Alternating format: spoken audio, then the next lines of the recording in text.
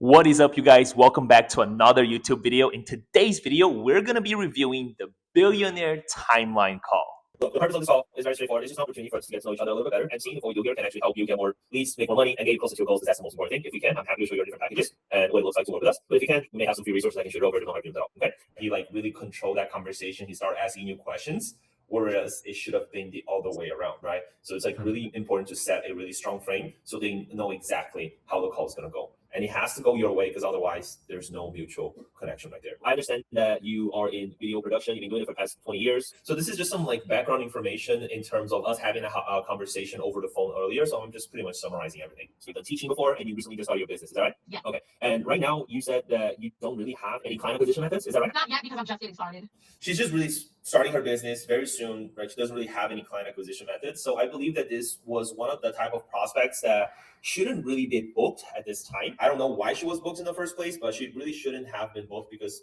there is not much of that urgency, right? So across the whole entire call, you're gonna notice that she's gonna say, "I'm just getting started." Quite a lot. And there is also what I've been saying on the previous call and in the past is what they say, but also what they mean by what they say, right? Like the underlying beliefs. So when she is saying, "Oh, I'm just getting started," and she just repeats that over and over again, they're externalizing the fact that they're just getting started as the sole reason and excuse as to why they're not able to do the things, as to why they're just in the same position because they're just getting started. So it's okay for them to stay stagnant, like the lack of inaction. So they're just trying to justify that. Okay. And before you and I had this conversation, what was your plan on just getting this business going? Just getting on the freelance websites like Upwork and freelance.com and looking for opportunities and then going here too. So you see, before we had this conversation, it's really important, right? Before we had this conversation, what was your plan on getting more leads, helping them more leads, more clients, etc.? What was your plan? Again, it's like understanding their current vehicle is just asking in a different way, right? What are you currently doing to get more leads, right? So she's not really doing anything because she's just getting started, but it's like, what was your plan on getting more leads? Right. So now she's explaining to me what her plan is. Local businesses, particularly new business startups or just small businesses in the area, seeing if they needed video production or anything like that, and just networking with people that I know here in the nightlife, of course, under other industries, just to see, That's my service. Yeah, that's definitely not a bad idea. Like, why not just do that? Like, see, now I'm pushing it. Now I'm doing a little pushback. Oh, doing this, that's all my plans. Okay, that's not a bad idea. Like, why not just use that? Like, why look into us? Why look into what we do, right? Because I want her to start selling to me, to start justifying why that vehicle is not necessarily the right vehicle and why you need a new vehicle. What makes you look into that social media aspect of potentially growing your page, getting inbound leads, as opposed to just continue doing what you have planned out? Like, why not just do that instead? Because I'm on a billionaire timeline. I am on a quest to become a billionaire. And I said, Lord, if you want me to have Oprah money, just say so. That response doesn't tell me anything, to be honest. Right, so just, "Oh, I'm on the billionaire time." Okay, what? Now she's saying that she's on the urgent timeline. But let's take a look. So in order for me to get from here to billionaire status, I gotta bring in more business. Okay, yeah, and look, I'm not here to say that the method that you told me is not going to work, but it seems like it's a lot more time consuming in terms of client acquisition when you're just doing a lot of outbound. Right there, I did assume, which now that I look back, I would have done something differently. So instead of just assuming, "Oh, it seems like it would just take more time," it would have been better if I asked a question. Okay, what does it mean that you are on a billionaire timeline? I'm still not too sure why you're not going down that path as opposed to look for a company and invest into a company so that you can get more leads that way. It's very neutral tone. And in a way, it's kind of having them to explain to me why investing would make more sense instead of getting those leads inbound, right? Have you ever looked into any sort of companies or agencies that would help you with lead generation? Have you ever looked into something like this before? So this works for any type of industry, right? Whatever you're selling, understand what have they done in the past or what stopped them from doing that in the past. It's a clear indication of what could potentially stop them from doing it again in the future. Client acquisition? Not yet. I'm just getting started. What type of person are you? So it would have been a better idea for me to challenge there, but let's just see how it goes. Is your goal in the next 3 to 6 months? What do you hope you to accomplish with your business? In the next 3 to 6 months, just set a good foundation on just bringing in new business. Right there, bullshit. What the fuck does set a new foundation and bring in more business? What does that tell me? Absolutely nothing. It's way too broad. And it's so important for you to train your ears to pick up on those things. When they give you a broad answer that doesn't really give you accurate information that you can use later in the call, you can do a couple things. Number one, mirror the question. So you ask the same question, but in a different way. Or number two, probe a little bit more. Right? What do I mean by probing? Just asking a deeper question, just re-asking the same question again, just to get more information out of it and see how I do this in this call. Okay. More specifically, what does that look like in terms of revenue? I went a layer deeper. So more specifically, what does that look like in terms of revenue? In the next 3 to 6 months, just set a good foundation on just bringing in new business. Nothing. Bring in new business, set a good foundation. Very broad, very generic. Okay. More specifically, what does that look like in terms of revenue? Now I'm getting to the nitty gritty. What does that look like in terms of revenue? That I don't know. I guess I didn't put a dollar amount on the 3 to 6 months. See, that I don't know. Right there, there's lack of clarity. When you don't necessarily have a clear goal, you don't know what you're shooting for. If you don't know what you're shooting for, you're just going to stay in the same position. You are not problem aware, you're not solution aware, you're not goal aware, right? So again, a better question for me to ask right there is, okay, so how come you wanted to start a business without an end goal? It doesn't make any sense, right? Just like with every single prospect that we speak to, they need to have a clear goal and understand why they're looking to achieve that goal. A lot of people are going to have selfish reasons, but some people, different type of personality, they may have more selfless reasons, right? So for this type of prospects, usually B2C, business opportunity, they want to make more money. It's always the selfish reasons. What I mean by selfish reasons, it's always going to be somewhere along the lines of, I want to make more money so I can get a better place, I can get a nicer car, I can help my family out. It's all those materialistic things. Just like getting set up, getting my equipment, which I have, getting my video production studio set up. I've been building my website. I designed my logo, I designed my business cards. I've been just doing the designing of things, making new videos to put out on my social media and different things like that. I guess I didn't really set a monetary goal for the next. It's, oh, I'm going to build a business, I'm going to make the best website, I'm going to do this, I'm going to do that. But she's been doing a whole bunch of nothing. Right, a whole bunch of things that doesn't really matter until you have some clients. Next 3 to 6 months. Let's see if I call her out on that. Okay. And if we were to actually think about it and set a specific goal for us, what would that look like? So see, like now, oh, I still don't have a goal.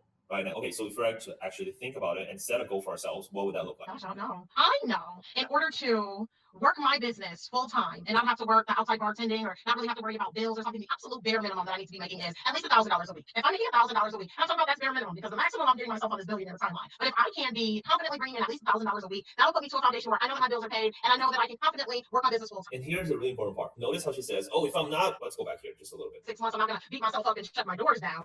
If I don't make that, I'm not going to beat myself up and shut my doors down. And so this is a place where I could have really called her out on really the reason why she's in that position, because there is no cost of inaction. She's okay with settling for whatever she has. And if she doesn't achieve that goal, she's not going to beat herself up, shut her doors down. So the reason why people don't get to their goals is not necessarily, oh, I want to have at least $1,000 a week, whatever. But more importantly, is because of the consequence of what if they don't get there?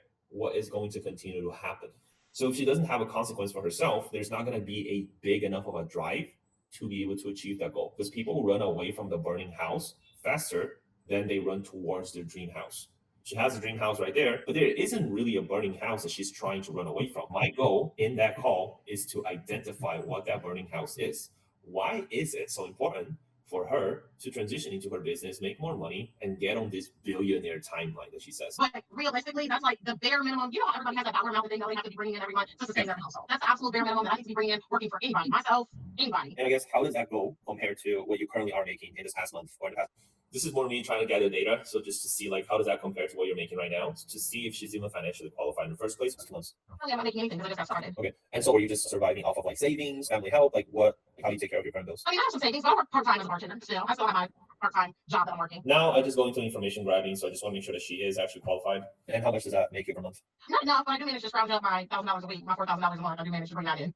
So that's about what you currently make right now, part-time? Yeah, about, yeah. And so, look, if we have the right solution for you, we're able to grow your page, bring more leads, bring more business. Are you confident in your own ability to be able to price your product, price your service, deliver a great quality result, and actually get business from these people? Are you confident in that? Yes. 100%. Okay. When it comes to pricing, obviously I'm happy to help you out, but there's definitely like, so here's the thing, like this is where I messed it up because I kind of went into pitching instead of like understanding like what actually is her goal.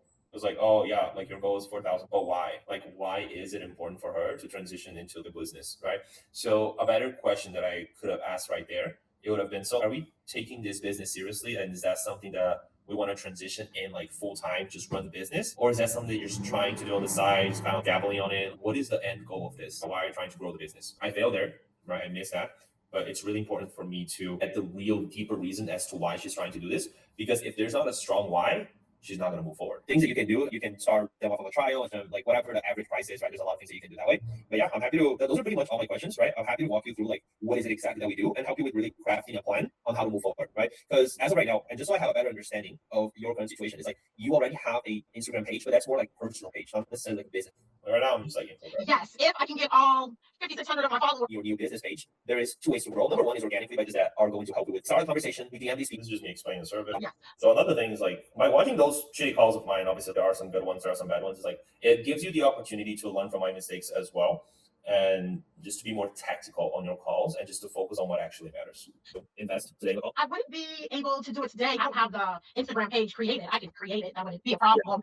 Again, externalizing, oh, I don't have the Instagram page created, so I can't do it today, which, okay, I understand. Like, you can create an Instagram page real quick, right? But it's not even created yet. And I don't have the $1,500 just to put down on it. Just she doesn't have the money. to pay it all in full right now. How much do you have right now? So I didn't even know that me and you were gonna have this phone call today at all. And so the less aware the customer is, the shittier it is, and it's harder for you as a closer or as a setter or anyone just to like book the appointment because they're just not aware, right? And I can do a call on that like next week on Monday, which I feel like it's going to be super helpful, especially for you guys to get a better understanding of hey, like how to vet a good offer, right? Once you understand the customer like awareness level and understand like where they come from and how aware they are of their problem and if they need a solution, that is going to be the key difference of a good offer versus a shitty offer. So she clicked on something on Instagram and here we are. Maybe it was an ad, but here's the thing. Like even if there is an ad and there is an inbound lead, that doesn't mean that there are systems in place that is going to help with nurturing that lead and at least getting them problem aware, right? They need to be problem aware. They need to be solution aware, like solution aware and the most aware, right? They need to be problem aware at least in order to want to hop on the call. Anything to put on it today because I didn't even think it was gonna be a conversation that was gonna happen today. So it's like always like when you notice these patterns over and over again, it's like your brain starts to listen to those subtle words and like certain language from people and understand that those words beneath what they say, there is a meaning, there is a limiting belief. So the limiting belief is, oh, I'm just getting started. Therefore, it justifies the reason as to why I haven't done anything yet, right? I didn't even know we were gonna be talking about this today. You know what I mean? When it comes to building the page, you can build a page like right after we hop off this call, right? Now, that's not a problem at all. But as of right now, you just don't have any money, like $0 in your account, or you do have some money, but you're just a little bit hesitant to make this investment with you right now. Like, what's the Yeah. issue? Right there, I'm just trying to like really pinpoint, hey, do you have any money whatsoever, or do you just have no money whatsoever? No, but I don't have to give it to you today. I have some money, but I don't have $1,500 to give it to you today. And even help you with some sort of like DMs and I don't know that I will do anything today, but I know that like within the next few weeks, like by the end of May, I plan on doing something. I'm wrapping up this school year with my daughter. The school year is about to end. She's about to graduate from fifth. And I'm not in that company anymore, but chances are these type of people, like their language, their patterns, they're probably not going to do anything like towards later.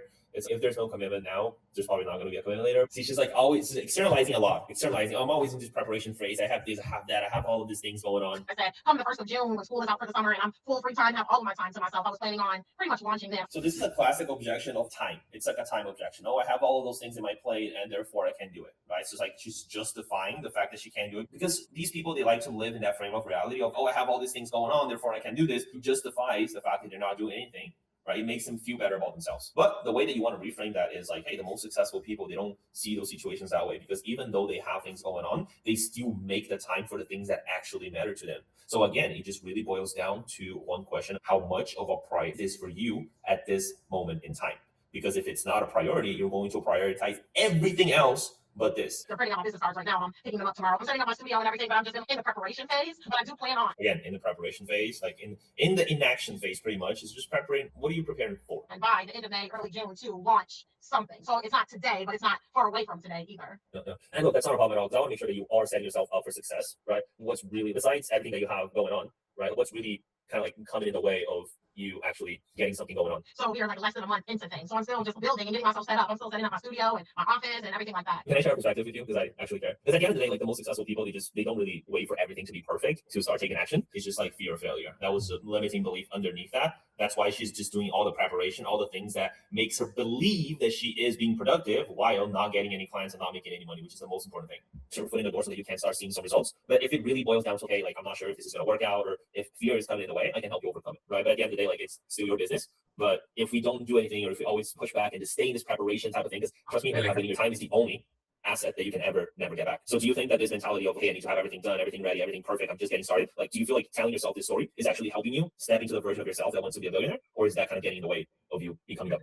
It may be staying in the way. She doesn't truly believe that. But I am so brand new in getting myself started. Again, she's still bought into that shitty ass mentality of, oh, I am still brand new to this. So Erica, I'm not saying that you're not, right? But ultimately, the difference between the people who are actually successful and the people who they are dreamers and just talkers, they're just like, they just stand in the sidelines, is the stories that they tell themselves, right? Like you say that this way that you've been talking to yourself, it could be standing in the way of you getting to the shoes of the billionaire version of yourself. Like, why do you say that? yeah, hesitation can, but I'm a very realistic person. Hesitation can, but, right? She does agree, but goes right back into her limiting belief. I know what I can do realistically. I cannot Realistically, right? What is realistic? Realistic is like whatever you tell your brain, whatever you tell yourself that's realistic, it becomes realistic. Because the people who are the most successful people, they are unrealistic, they are delusional to believe that they are actually capable of getting X, Y, and Z, and therefore eventually they get it. have all the biggest dreams in the world. But if I don't have the money to give to you, you can't squeeze blood out of a turnip. I can have all the dreams, but if I don't have the money, I can't get anything, right? Now, this is a classic victim mentality, externalization, and someone who's not resourceful.